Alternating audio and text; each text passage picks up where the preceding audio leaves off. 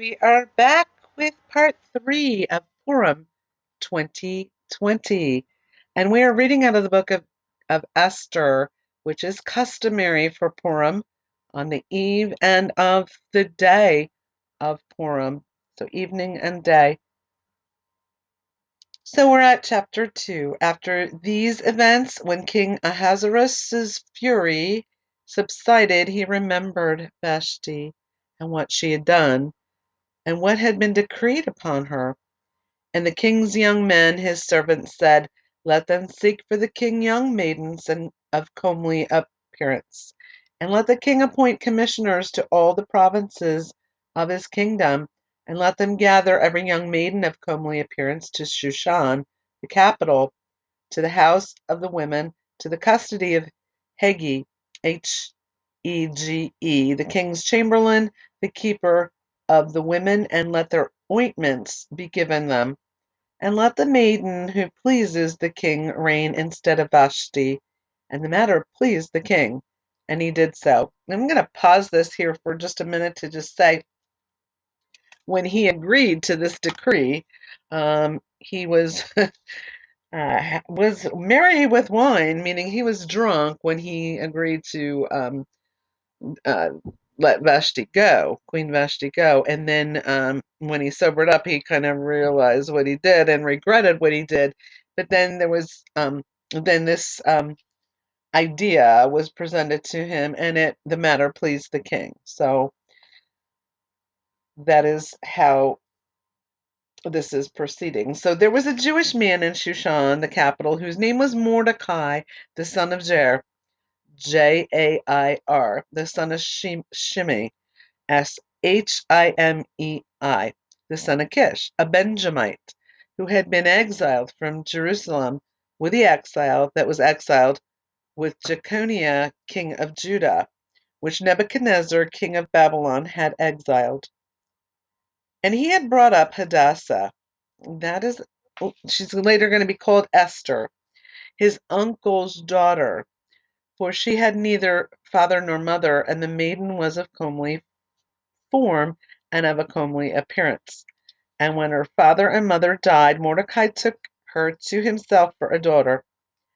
And it came to pass, when the king's order and his decree were heard, and when many maidens were gathered to Shushan, the capital, to the custody of Hege, I should say, that Esther was taken to the king's house to the custody of Hege, keeper of the women. And the maiden pleased him, and she won his favor, and he hastened her ointments and her portions to give them to her, and the 7 maidens fitting to give her from the king's house, and he changed her and her maidens to the best portions in the house of the women.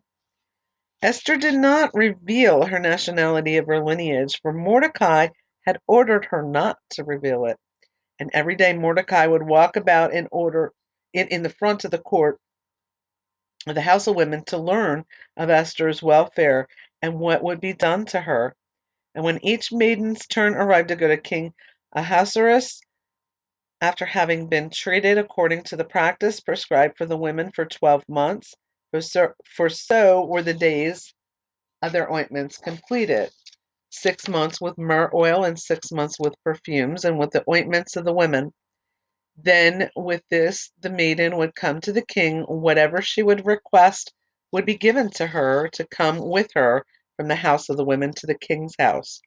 In the evening she would go, and in the morning she would return to the second house of the women, to the custody of Shashgaz, and I'm going to spell that for you, Shaashgaz,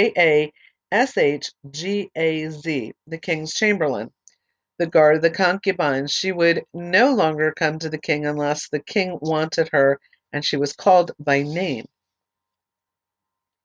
Now when the turn of Esther, the daughter of Abihail, Mordecai's uncle, who had taken her for a daughter, came to go to the king, she requested nothing except what Hege, Hegai, the king's chamberlain, the guard of the women, would say.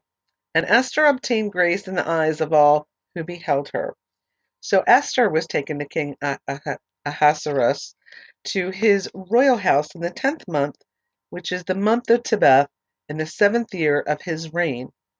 And the king loved Esther more than all the women, and she won grace and favor before him more than all the maidens, and he placed the royal crown on her head and made her queen instead of Vashti. And the king made a great banquet for all his princes and his servants, even Esther's feast, and he granted a release to the provinces and gave gifts according to the bounty of the king. And when the maidens were gathered a second time, and Mordecai was sitting in the king's gate, Esther would not tell her lineage or her nationality, as Mordecai had commanded her. For Esther kept Mordecai's orders as she had when she was raised by him. In those days when Mordecai was sitting in the king's gate, Big, Bigthan and Teresh, two of the king's chamberlains of the guards of the threshold, became angry and sought to lay a hand on King Ahasuerus. And the matter became known to Mordecai, and he told it to Queen Esther, and Esther told it to the king in Mordecai's name. And the matter was investigated and found to be so. It was found to be true. And they were both hanged on the gallows, and it was written in the diary that was read before the king. So that was Bigthan and Teresh, which wanted to actually bring harm to the king, and Mordecai let Queen Esther know, and actually he saved the king's life. So, chapter 3. After these events, King Ahasuerus promoted Haman, the son of Hammedatha, the Agagite, and advanced him and placed his seat above all the princes who were with him. And all the king's servants who were in the king's gate would kneel and prostrate themselves before Haman, for so had the king commanded concerning him. But Mordecai would neither kneel nor prostrate himself. Then the king's servants who were in the king's gate said to Mordecai, "Why do you disobey the king's orders?" Now it came to pass when they said this to him daily, and he did not heed them, that they told this to Haman to see whether Mordecai's words would stand up, for he had told them that he was a Jew. When Haman saw that Mordecai would neither kneel nor prostrate himself before him, Haman became full of wrath. But it seemed contemptible to him to lay hands on Mordecai alone, for they had told him Mordecai's nationality, and Haman sought to destroy all the Jews who were throughout Ahasuerus' entire kingdom. Mordecai's people, in other words, he wanted to do away with all of the Jewish people. In the first month, which is the month of Nisan, in the 12th year of King Ahasuerus, one cast the pur, that is, the lot, before Haman from day to day, and from month to month, to the 12th month, which is the month of Adar.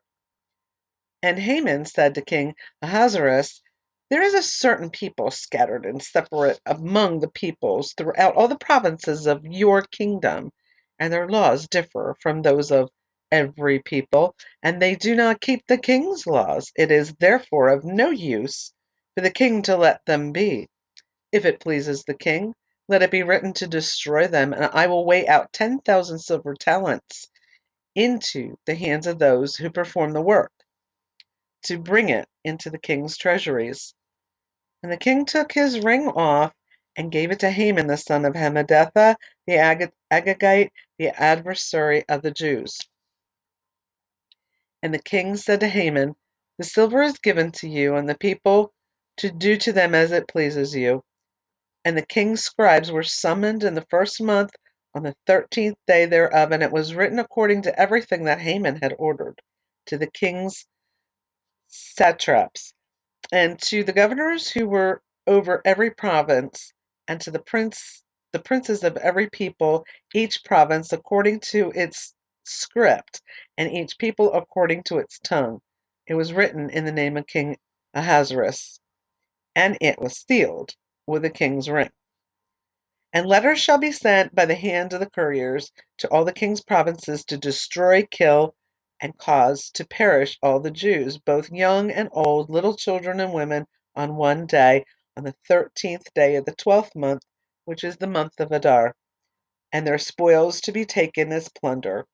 The copy of the writ was for an edict to be given in every province, published to all the peoples to be ready for that day.